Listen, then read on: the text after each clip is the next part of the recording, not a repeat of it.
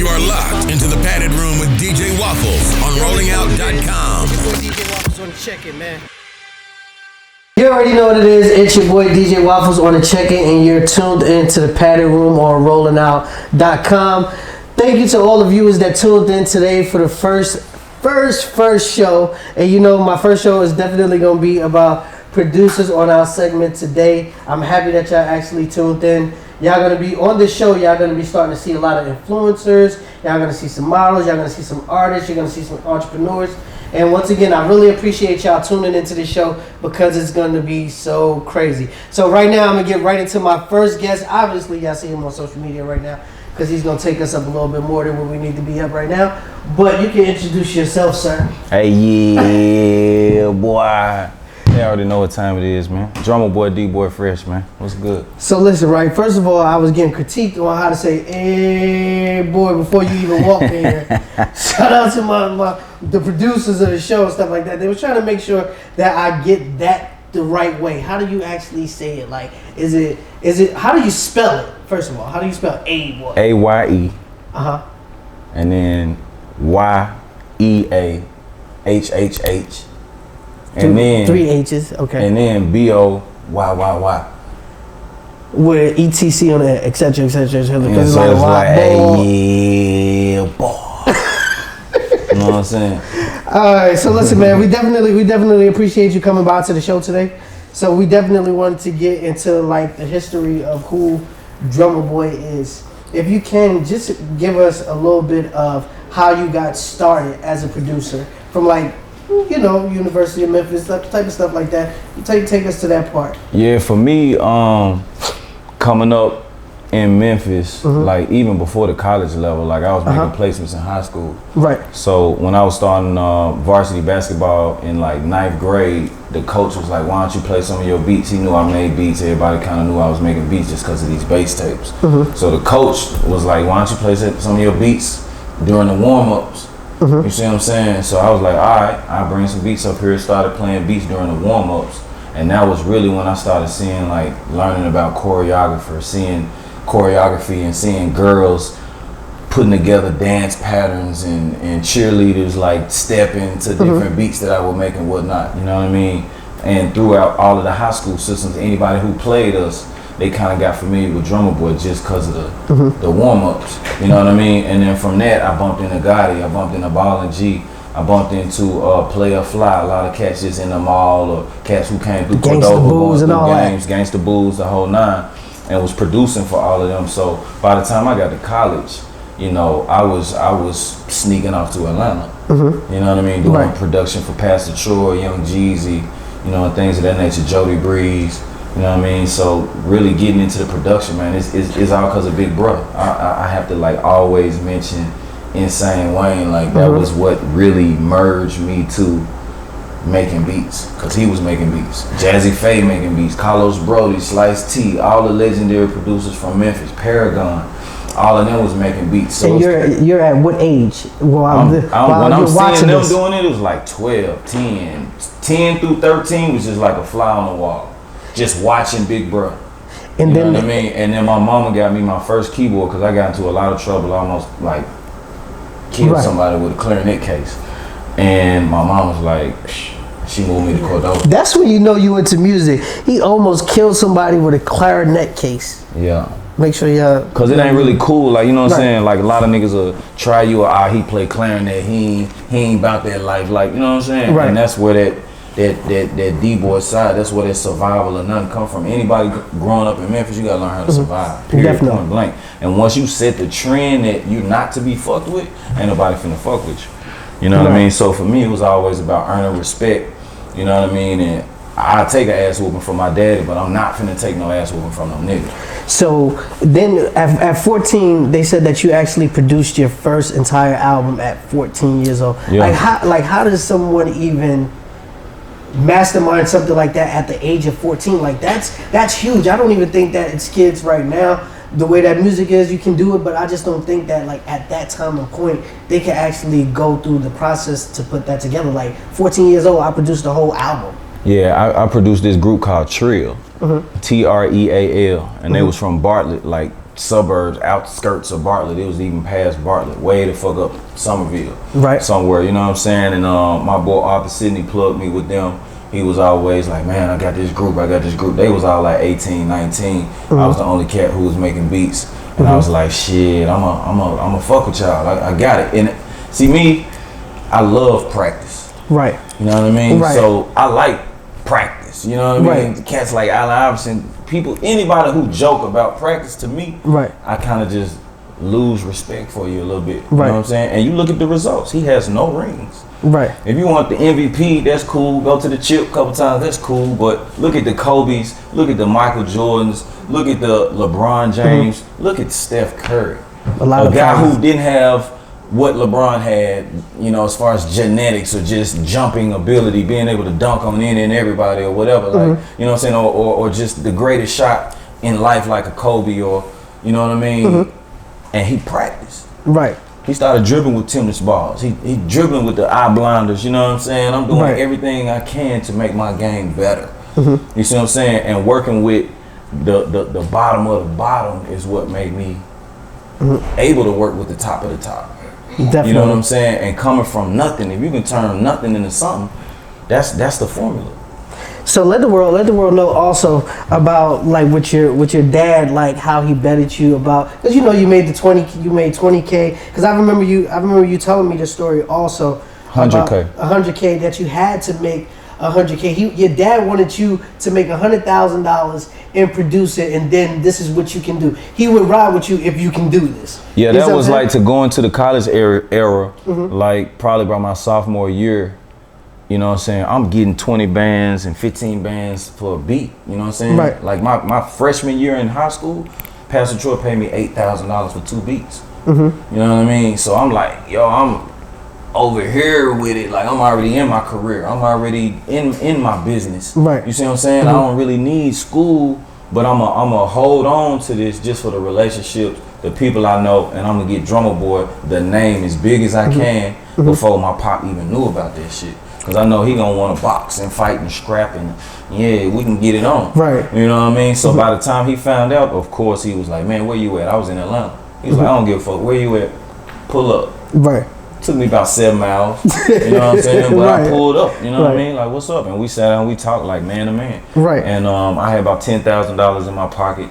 He was like, man, what you doing? I just found out you got kicked out of school due to non-attendance. You know what I'm saying? He saw me flunking physical education, you know what I mean, and basketball. Like, these are things I love to do. Right. I'm getting money. Right. So, you know what I mean? History, math, man, all the other classes I'm doing better than I was doing even in phys ed. Because I figured that was the first class that I could skip without really, I can make up on that. I can Right. take physical education, that ain't shit. You know what Right. I mean? Who the fuck needs that? I'm making Right. 20 bands. Do it look like I need physical education, motherfucker? You know what I'm saying? And I was just like, fuck that shit for real. And they sent me a letter in the mail saying you're kicked out of school due to non-attendance for 6 months. Right. So I had a 6-month grace period where I didn't even have to go to school. I'm kicked out. Right. So I'm getting to the money. You know what I'm saying? 4 months in that period, my father found out. It took him 4 months, but he cool with the dean of the university. My dad, Wow. a professor at the University of Memphis. Lord have You know what I'm mercy. saying? So it's an embarrassment to him. Right. Because, okay, he teach at the university. Oh, your son, have you heard that your son is kicked out due to nothing? You know what I mean? All that bullshit. And I didn't really look at it like that. Right. I'm just looking at it like, I'm getting my money, nigga. I'm Drumma Boy, nigga. I'm da-da-da-da-da-da-da. You see what I'm saying? And I pulled out 10,000, like, man, nigga, you don't even know who I am, man. Everybody know me as Drumma Boy. So know you me telling as- your dad I'm this? telling my dad this. I'm like, you know me as Christopher James, nigga. I'm Drumma Boy, nigga. Right. You know what I'm saying? And I pulled out 10,000. He was like, man, you can't buy your mama the house you want. Right. You can't goddamn, you ain't got no line of credit. You can't go buy the car you want. Right. You can't da-da-da-da. He just shoot me down. He's like, I bet you ain't got no debit card. Right. You know what I mean? Like, if somebody robbed you right now, what you gonna do? How you gonna bounce back? You know what I'm saying? I was just like, all right. But when he told me I wasn't gonna be shit, I was like, you ain't gonna do nothing making this beat. You ain't gonna do nothing making no beat. What you trying to be like your brother? What you trying to do? Right. You know what I'm saying? So he just was always on some little slick, little, you know, hating shit. Bro, I'm just, you know, your pop tell you ain't gonna be shit. It's just tears coming in my eye, cause I'm so motherfucking mad. Like, nigga, you got me fucked up. Right. I'm Drumma Boy, nigga. I'm the biggest thing popping coming out the motherfucking city, nigga. Right. And that was the fuel to the fire, nigga. After that, nigga, I went in, white girl, shawty, I'ma do me, money to blow. What's in my pocket, dog? Big face, hundreds. And I took that, man. He said, man, since you such a big bad wolf, show me 100,000 in a bank account. I'm gonna give you 12 months. If you don't goddamn show me 100,000, I'm gonna beat your ass with no gloves, cause he like to box. Right. So he said, oh, I'm gonna beat your ass, no gloves. We Right. gonna fight. Right. I like, nigga, the fuck? That's it? That's your bet? Right. Man, nigga, I came back 10 months with 150 in that motherfucker. And he started laughing just like that. We've been best friends ever since. Like, it took some shit like that for him to get it. Like, damn, you really serious about this shit. Now he called me, I'm riding around, I'm getting it. I'm riding around, I'm getting it. Like he cool or some shit. Right. Like, you know what I mean? So with all that being said, and you saying you were sneaking off to Atlanta, tell the world about your first encounter with like Gucci. Like how did that even? The first time I ever met Gucci was in the office of Big Cat Records. I had just came off the road from Memphis, just got in, and I was like, all right, I'm gonna come fuck with you. Before I even stopped, because I was on the way to take my brother something. You know, when I first moved to Atlanta, I was like, I could get my own shit, but I'm finna take my brother with me, because my brother took me with him.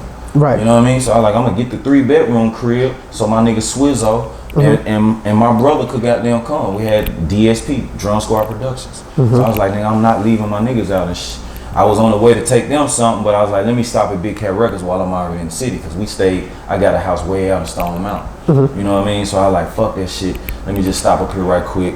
And I was picking up a check. I had just sold the original Standing Ovation beat. I can tell y'all this now. Wow. But I had just sold the original Standing Ovation beat to an artist named Young Sneed at Big Cat Records. Right. Young Sneed was the priority at the time. Right. I'm picking up a check for him. Big Cat got me and Gucci in the lobby waiting. Right. Like we some nobodies or something. Like, you know what I'm saying? He got me and Gucci in the lobby. So me and Gucci just started playing pool. We had a pool table in the lobby and shit. We started playing pool. He was like, what you do, nigga? I was like, shit, I make beats. He was like, oh, okay, yeah, I'm the next rapper. Big thing and motherfucking Big Cat finna sign. I was like, shit, I'm gonna play some of this shit now. Bro, the first fucking song I did with Gucci Mane while we waiting in the office, photo shoot. Wow. It's a photo shoot, girl. It's a photo shoot. That's a classic. That's the first fucking song I ever did with Gucci Mane. Wow. And then, so you know what's so crazy, because you guys like grew like a serious bond, because when I went through your Wikipedia, it's like that's all you see is just like everybody, and then you see Gucci Mane, and I be like, is we gonna go to somebody else, because your Wikipedia is like really extensive, and they only got it to 2016, but 17, 18, it's extensive. Oh yeah, we got a lot to add to that motherfucker, you know what I'm saying? It's just a blessing to be able to work, and when you really shooting shots, man, the more shots you shoot, the better chance of your switch game. Definitely. So hold that thought. Listen, we're going to go to a quick break on rollingout.com. It's your boy DJ Waffles on checking. You're tuned into the Padded Room. We'll be right back with Drumma Boy Fresh 8. Bow.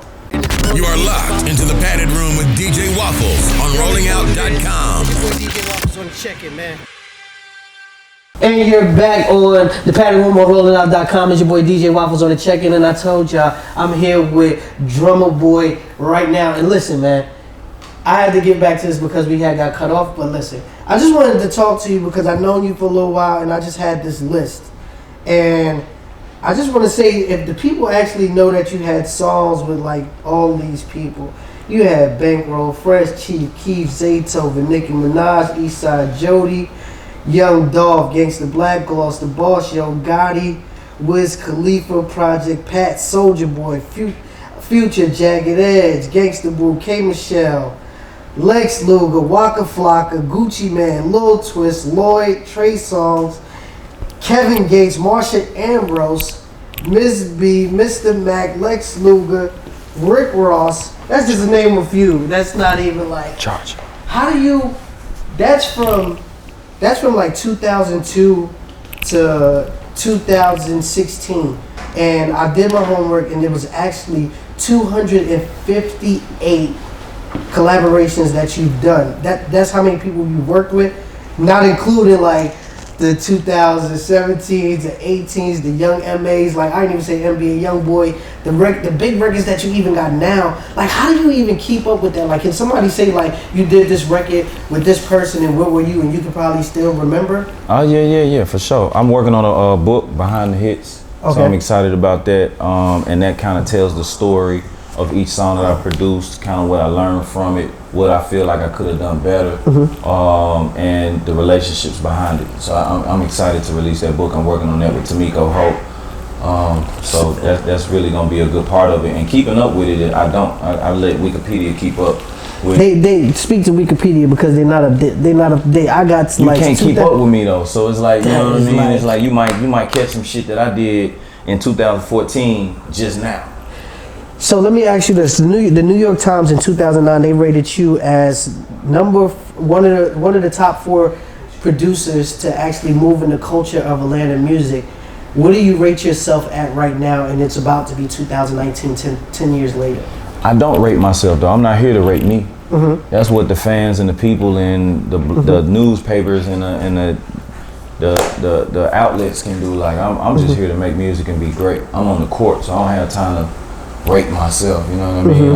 I'm just working as hard as I can. Right now I'm about building the label, Drum Squad Records, and breaking one of my own artists. You know what I mean? So I'm excited about that. We got a amazing arsenal of talent. You know what's some of the people that you're working with right now? Right now I'm working on Q Monte LaFleur, I'm working on Kid King and Demand, I'm working on Carlone out of Toledo, Ohio, I'm working on Matthew McQueen out of Austin, I'm working on Scott King out of Brooklyn. I mean it's so much. I'm working with this artist named K-Dog out of Memphis. I'm super excited about, you know what I mean, and really just completing this compilation that we're working on, as well as, you know, always delivering hits to those guys who are worthy and, you know, come correct.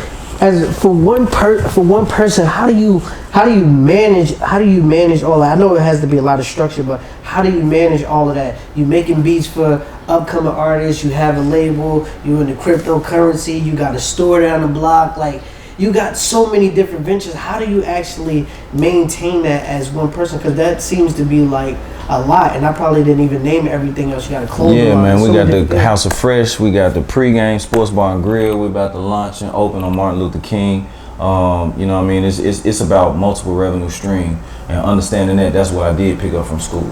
That's what I did, like going to school for music business, understanding how to run multiple businesses, as well as making your money work for you. You know what I mean? So my money's doing a lot of the work for me as opposed to me. You know what I mean? Hiring the right people to execute in the fields that we need. You know, you open a bar and grill, you need a chef. We got the top chefs, okay? We got top management, okay? We got top bartenders, okay? We hire that management company to manage that business. You see what I'm saying? And then it's the clothing line, we got the top tier accounts. You know what I mean? And the relationships to where, okay, why would I just keep getting free clothes and being a free clothing rack when I could sell some of y'all shit too? Don't just send me free shit, send me an account so I can sell y'all shit and help y'all pop off. You know what I mean? And I stepped to a couple of designers like that. They were like, okay, yeah, we'll give you the account to Champion. We'll give you the account to Fila, blah, blah, blah. Bam, here we are. House of Fresh. We got a place to sell the product. So it's just about having that drive, you know what I mean, the determination, and that mindset, you know what I mean, which is a tunnel vision, and everything that I see in front of me is what I execute. All right. So, and then also you have another stream of income that you probably already was doing, which is I think is really gonna bring you a check as being an artist, because you just dropped a song not too long ago. Absolutely. And what gave you the energy to actually put that together? Because I was actually listening to it today, and it started to go through my mind. Like, what did it take for you to actually get into that studio and make that song that you made, my lip? Levon, I made just strictly for my brother, R.I.P. You know what I'm saying? And I've been an artist, I've been rapping, and it's just coming to the light. Like, you gotta keep, every rapper I tell them, man, once you get like 10 to 15 mixtapes under your belt, you start to be known. You know what I mean? You look at Lil Wayne, you look at Dolph, you look at any rapper that's been in the game and really made an impact. And I'm really just on my 6th or 7th mixtape. Like, my first 3 volumes of mixtapes, Welcome to My City 1, 2, 3. I got the Key to the City of Memphis on volume 1. You know what I mean? You saw Yo Gotti, you saw Gangsta Boo, you saw DJ Paul, Juicy J, all the top artists at that particular time on one project. Right. And I unified my city through that particular tape. You know, it was a process that I started doing. Welcome to My City. Came back with Volume 2 featuring Future, Junior Reed, a lot of different artists, whatnot, and then came with Volume 3. And now the birth of D-Boy Fresh. Then I come back with I'm on World Star. Then I come back with Levon. You know, then we come back with XYO. I'm on World Star. Me and Q had a whole World Star Music record label.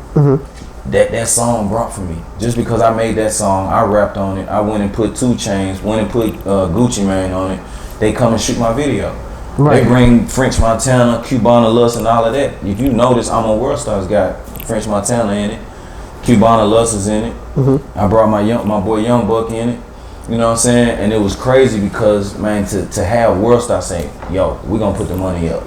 I ain't spent $1 for that video. We got over 4 million views. People still hit me like, yo, that's still my favorite song from you. Right. You know what I mean? So going into Live On, going into XYO, going into the songs that I'm releasing now, I'm dropping a whole project on an album called Live On. The whole album called Live On, just dedicated to Big Bro. So it's just that's gonna be huge. It's fun for me. You know what I mean? So you know, Jeezy's about to drop a new album too, and I know that you guys have a great relationship. Are you thinking about, is there any placements that we can look forward to? Absolutely. Me, I talked to Jeezy yesterday. I talked to Jeezy the day before yesterday. I just sent him.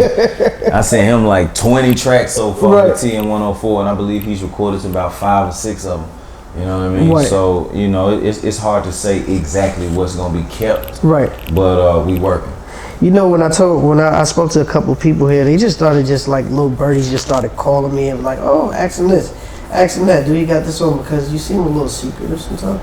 So I just wanted to know, like, is there anything about like a sports agency you think about getting into, stuff like that? Absolutely. Yeah, people know I'm a sports guru. You know what I'm saying? People know we see you just added the Atlanta Braves game. You just be getting customized jerseys. They bring you onto the field. All type of freaky stuff be going on. I'll be like, my boy is laid out. Everywhere you go, the Falcons, the Hawks. Like what's up with it? Let us know. Man, it's just it's a blessing to be able to deliver. And right now I'm producing anthems. I'm producing highlight reels, highlight videos, turn up songs for the crowd. A lot of people know I'm a hype man in a sense as well, and I love moving the crowd. I want to be in one of your highlight rooms. I just gotta go to the gym like 2 more days, and then you can just put me in it. No, but this is highlight reels for the Falcons. So for instance, I am a Falcon. All right, how many touchdowns you catch last season?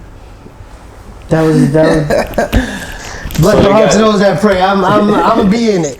Let me just hold a camera or something like that. I need a job in there somewhere. Man, we had to figure out you DJ.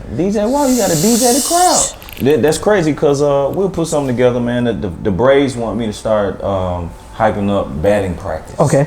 So like when the batting practice comes out, it's like 5 o'clock before the game started. Let's say the game started at 7:25. We out there from 5 to 6 just hyping the crowd up and keeping them woke as they get in their seat. You see what I'm saying? So I just got another job. Hey, man. So listen, before we get out of here, let everybody know how they can follow you on social media. Follow me at Drumma Boy Fresh, at Drumma Boy Fresh, DRUMMABOY Fresh. Y'all already know what it is. Make sure y'all stay locked in. We'll be right back on the Pattern Room or rollingout.com. It's your boy DJ Waffles on Check-In.